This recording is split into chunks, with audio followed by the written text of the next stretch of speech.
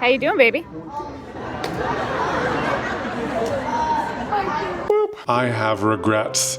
Regrets! Oh no. I wish we have turned a recent experience into a video, at least a second channel video or an extras video, because we did something new and interesting for the first time. One! We've done a lot of YouTube videos, we've done a lot of live streams. Live streams. We've been on stage before doing panels and little competitions and talks, but we were recently part of a variety show at VidCon, and we did like a little bit of a performance. A craft performance. And there were stakes, there were audience people, there was a lot of twists and turns in the story, and a lot of things went wrong leading up to it. I think it's super interesting, and we didn't capture it, so that's what we're doing here today. Pardon me. Yeah, so basically we were featured creators at VidCon, and when you're a featured creator, you participate in some of the programming. And there was a variety show, and they were like, you know, you guys make stuff. What can you make on stage in 10 minutes? And at first we were like, our things take a really long time to make. Katelyn came up with two really good ideas on the spot. One was doing drill-powered spin art, because a few years ago we had done a video, and that creates art really quickly, and it's kind of a spectacle.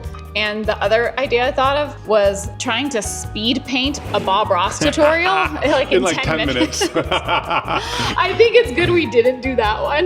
That would have, like, I still might want to do that. That'd be funny. Yeah. So we did the live stream to prepare for it, and I made like a special jig that lets you attach a drill to paintings really quick, and I designed it, I laser cut it, I 3D printed it, and I did it for the canvases that we bought at a local craft store. And then I sent that link to the people who are putting the show on, and I'm like, buy this brand. This link, because we have an adapter and it fits with these specific canvases. It was very important, but just in case that adapter didn't work, I was like, I'm gonna make a backup, just like a stick with screws on it. That's like just a basic, piece of wood. Just in case something breaks or something goes wrong. Yeah. And then we brought a powered screwdriver, which I actually ended up loving. It's like my favorite powered screwdriver ever.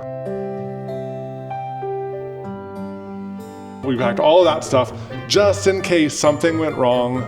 But we were like, no, they're gonna buy what we sent them. Yeah. So anyways, we get there, and the first day we get to VidCon is like our rehearsal. We're supposed to go and set up this big 360 plastic protective tent. We were gonna like check the canvases, make sure all the paint was there. So we were expecting like multiple people there, all the supplies. We're gonna knock it out maybe in 30 minutes. We show up, there's a single lady there and no supplies. Yeah. The lady was amazing. No, she was awesome. So she like was coordinating with people, and they found one box. The box had like some mixing cups and brushes.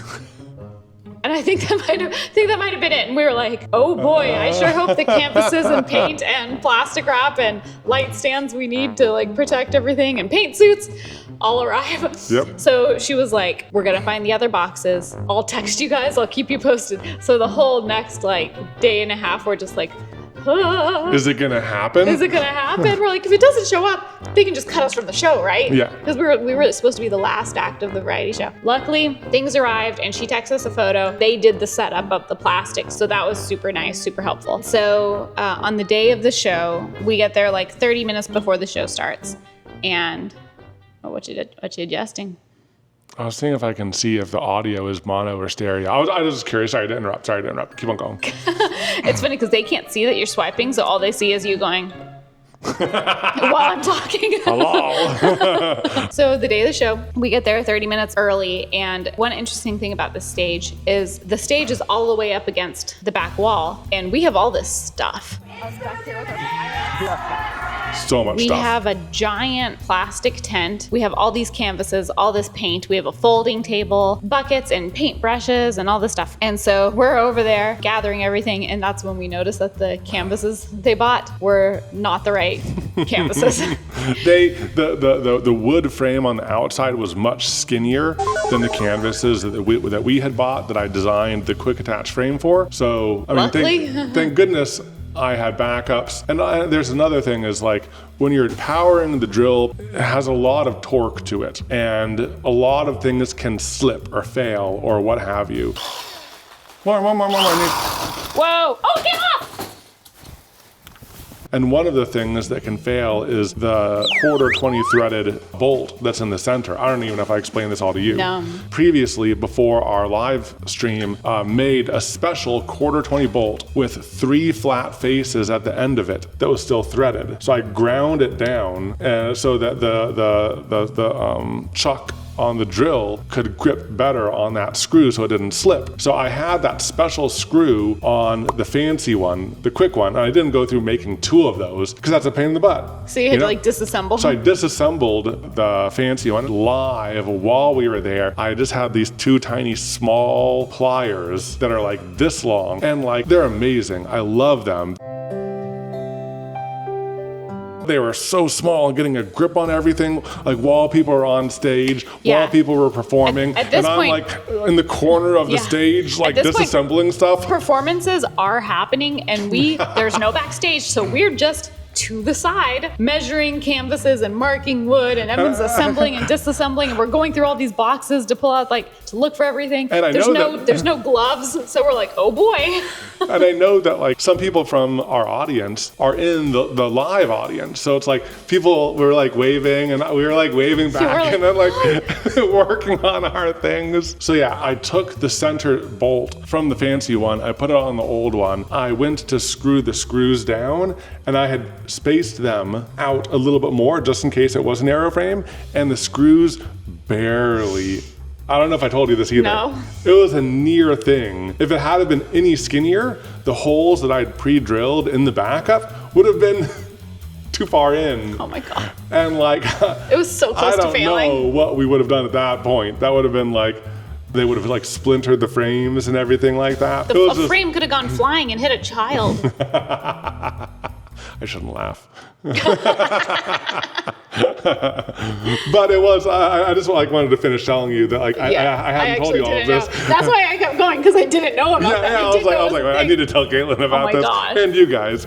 But yeah, it's probably good that I didn't know in the moment. I wasn't telling you. I'm going to handle it. And conquering in that moment. Okay, so the other aspect of this whole thing is while we were doing all of that, everyone who went on stage, their energy was high. Everyone was like getting the crowd to interact with things and like asking people to cheer and all this stuff. And we didn't have a plan for that. No, we didn't, because we were just like treating it like a live stream. And in a live stream, we're not like, hey guys, who's hyped for today? Like that's not our scream. That's not our energy. But for like being on stage, especially with like a younger it's fun. crowd, it was fun. It's and fun, the vibe was great. So we have a special one for this. Are any of y'all familiar with Pokemon? Yeah! But we were like, oh my God, like how are we gonna like get people hype? Yeah, so I had the idea like when we got on stage, Katelyn was gonna be the drill girly spinning the paint, and I was gonna be prepping things and like switching the canvases and stuff. I had the idea that like when Katelyn went up there to like show the drill spinning the art, she should pretend that it didn't move fast enough, and that she'd encourage the crowd to count down 3, 2, 1, spin, and then it'd spin really fast. And you ran with it. Yeah, I mean, I like sort of blacked out for parts of that whole thing. I got to tell you, Katelyn, husband, wife. Because I was talking the whole time and I have no idea what I said beyond like a few things. But yeah, I just kind of half pulled the trigger and I was like, oh no, it's not working. I think we need you guys to cheer. 3, 2, 1, 0!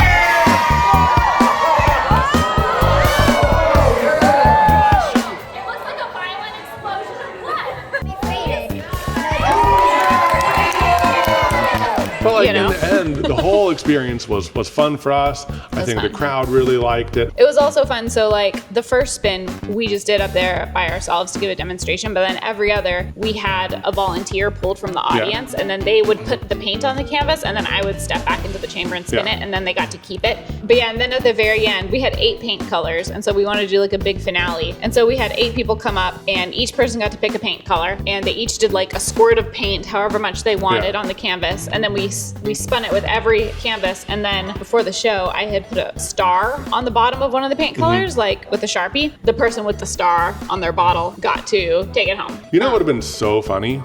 If I was wearing a hat that had a 360 camera on it. Everyone would have just been little. Think of the children.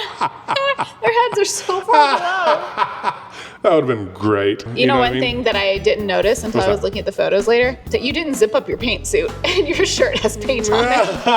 It's one of the metal words are hard and there's paint spatters on it. Nice, battle scars. Yeah, and neither of us had gloves. So by the end, our hands were covered in paint. The other thing is the way that the plastic sheeting had been set up, it wasn't super tall. And as paint started spraying in a 360-degree circle around me, you know, it got on the underside of the top of the And then it plastic. started sagging. And that weighed it down. And by the end, it was just resting on my head, on the top of my hood. Brown mixed paint. And I was like, there's a lot of paint on my head. There's a lot of paint on my paint. head. After the show, people were coming up, like people who knew us in the audience, and we were like saying hi, taking photos and this and that. But it's so hard to see with that hood because it wants to go down and like cover my eyes. So I kept scooting it back, but then it was hard because my hands were all painty, you know, and then every time I would touch it, they would get even paintier because it was covered in paint. So I took it down, all was good until the very end. My ponytail had been buried in the suit. I went like this To flip it out? to flip it out, and it dipped in the thick brown paint. I just realized I dipped my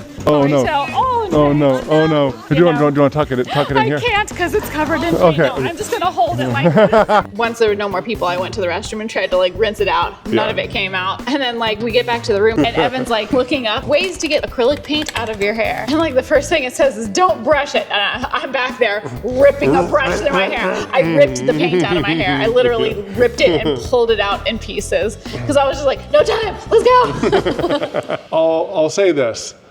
It's one of those experiences I definitely don't regret doing, but I don't know if I'd do it again. It was a high stress, high reward experience. Yeah, it's kind of like, you know, we did like an alpine crossing hike that took like 12 hours.